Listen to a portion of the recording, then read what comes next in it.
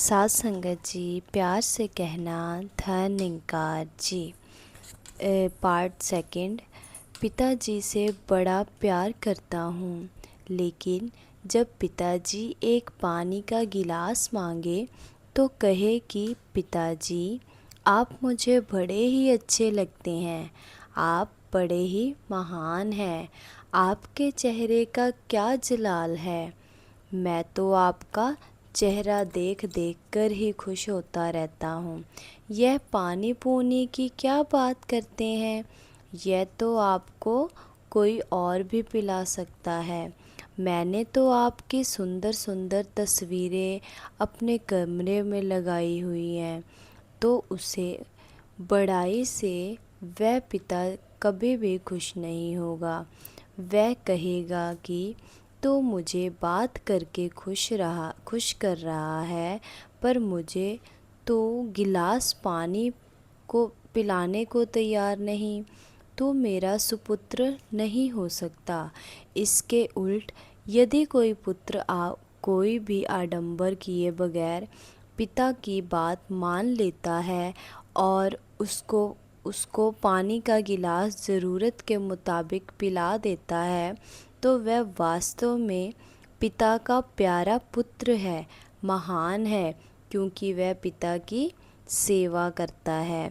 इसी तरह गुरसिख भी वह महान होता है जो गुरु की आज्ञा अनुसार चलता है और अपने जीवन को उसी ढंग से ढालता है जिस तरह से गुरु कहता है। यहाँ भी यही बताया है, हस हस के पे पाणा मन्नन, हुक्म कदे ना टालन ओ।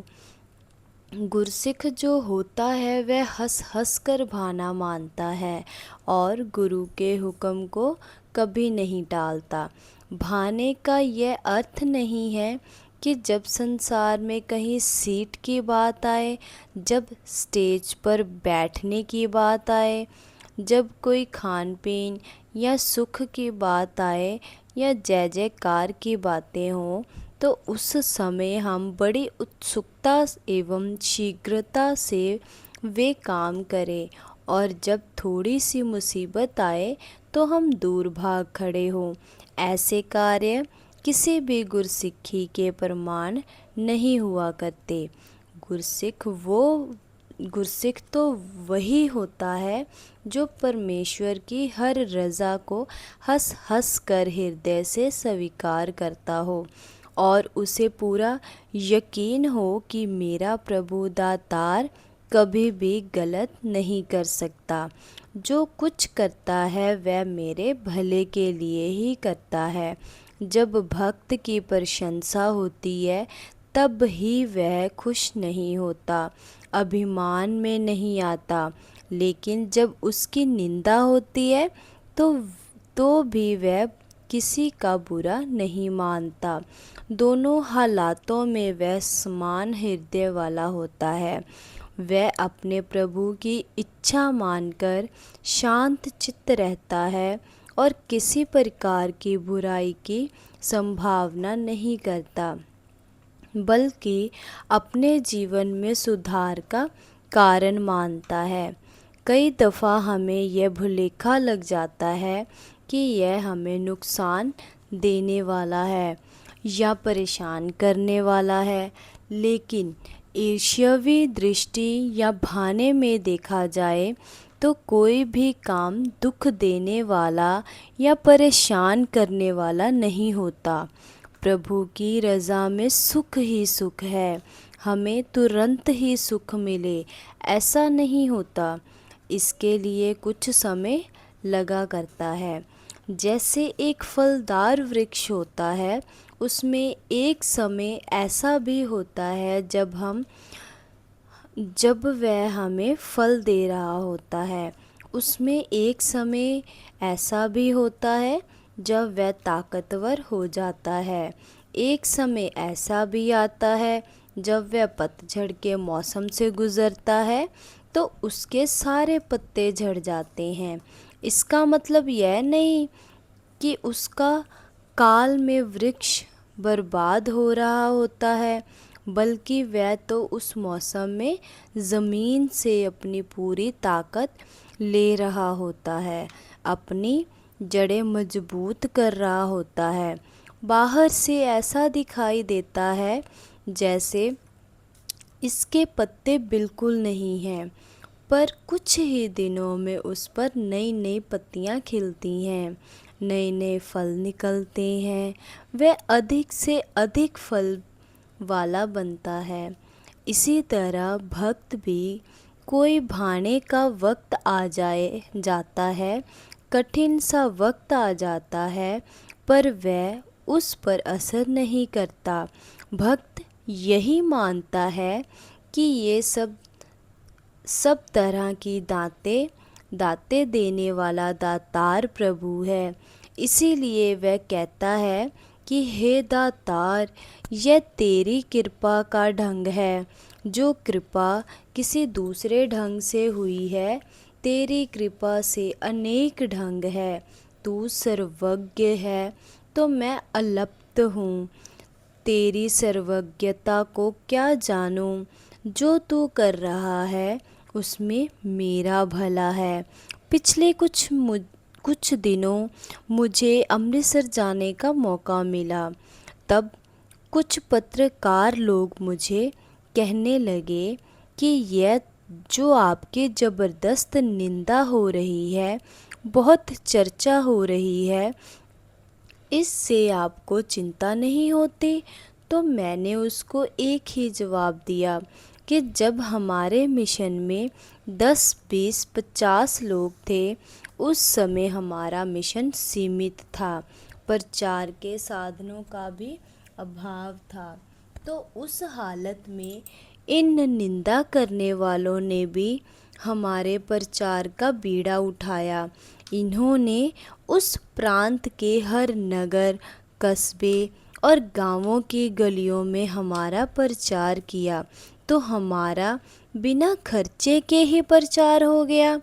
इसी तरह जब हम गांवों के कस्बों में पहुँचे, तब कस्बों में निंदा हुई, तो बड़े बड़े शहरों में हमारा प्रचार फैलने लगा।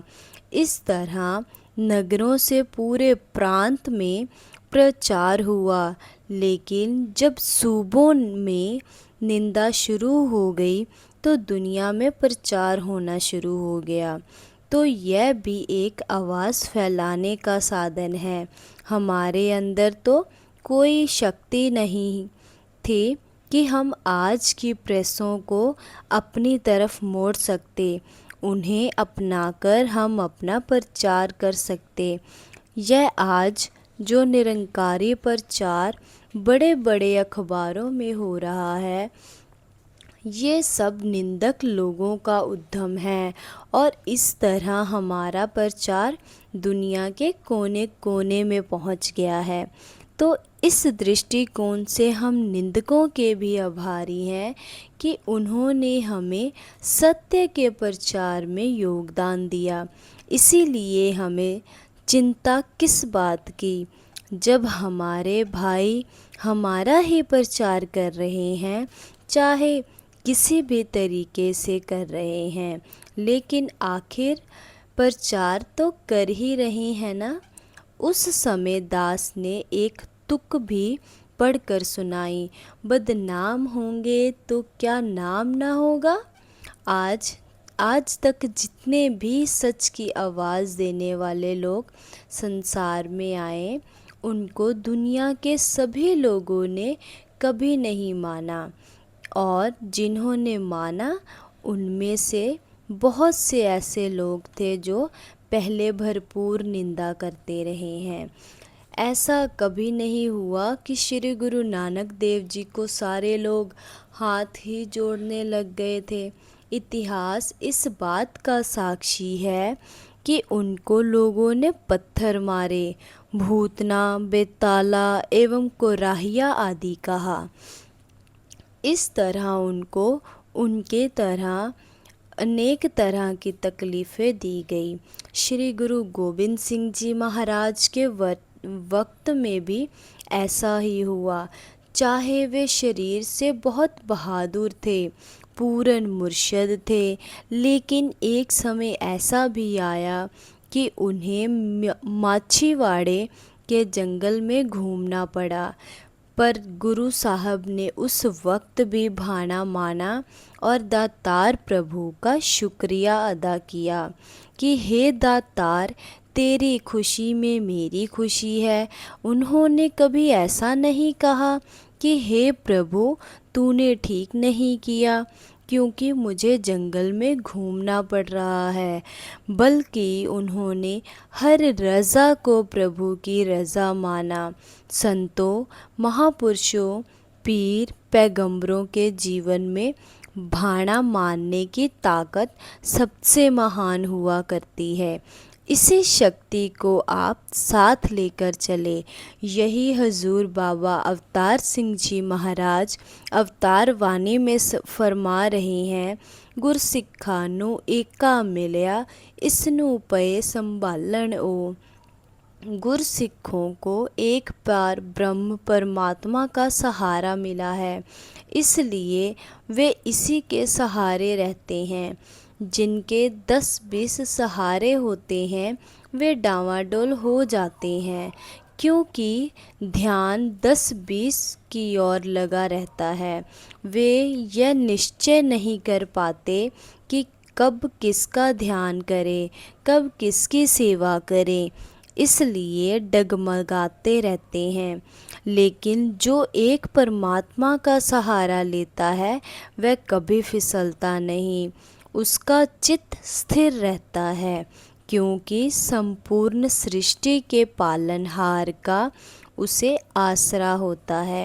जैसे हमारे घर में एक पालतू कुत्ता होता है, उसे कुछ भी चिंता नहीं होती कि मुझे खाना मिलेगा या नहीं, क्योंकि उसे पता होता है वक्त पर मुझे खाना मिलेगा।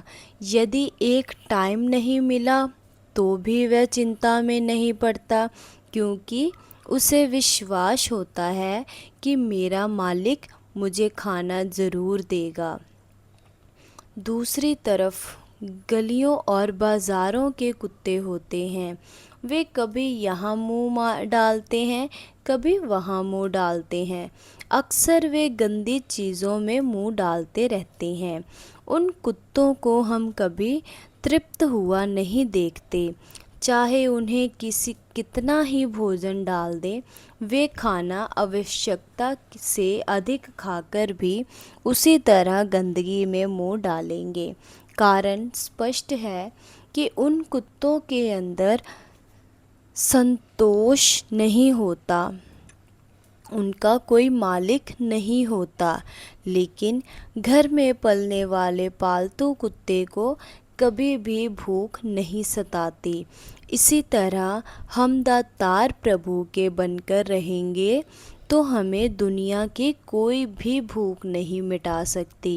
यदि हम निरंकार प्रभु को भूलकर केवल भूख की तृप्ति करने लग जाएं, तो हम कभी भी तृप्त नहीं हो सकते। हम कहें कि हमारे जीवन में तो कुछ नहीं बना, जबकि दातार अंग संग है, तो ऐसा कहने से हमारी कमज़ोरी ही साबित होती है। तो हमें जो भी दातार ने दिया है उसी में भाना मानकर सुखी रहें। बर्दाश्त करने से दातार और भी देता है, क्योंकि फिर हृदय की अरदास यह निरंकार प्रभु ज़रूर पूरी करता है। कोई चीज़ केवल आकुल व्याकुल होने से नहीं मिलती, इस एक दातार का आसरा रखने से ही मिलती है। इसलिए हमने इस पार ब्रह्म परमात्मा को अंग संग समझते हुए इसका आधार लेकर ही अपना जीवन व्यतीत करना है। हम कभी ऐसी भूल ना कर बैठे कि कोई अन्य सत्ता हमारी रक्षा करेगी, कोई धनाढ्य लोग हमारी मदद करेंगे। दुनिया के अन्य शक्ति